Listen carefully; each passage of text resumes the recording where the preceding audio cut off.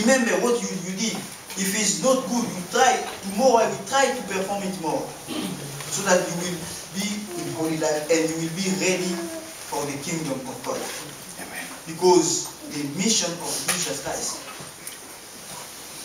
the visions of the Christ and the church, is to prepare people for the coming back of the Messiah.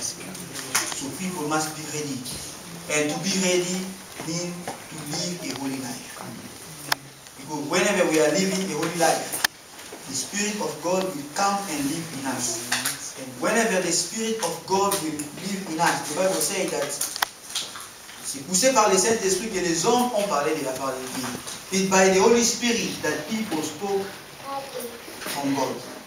So if you are not filled by the Holy Spirit, whatever you will speak, it will just be human being thinking.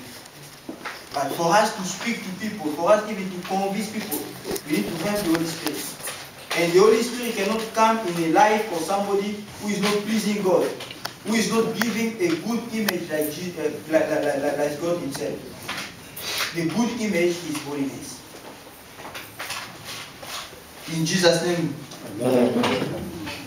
So, we pass to King. Thank you, Jimmy.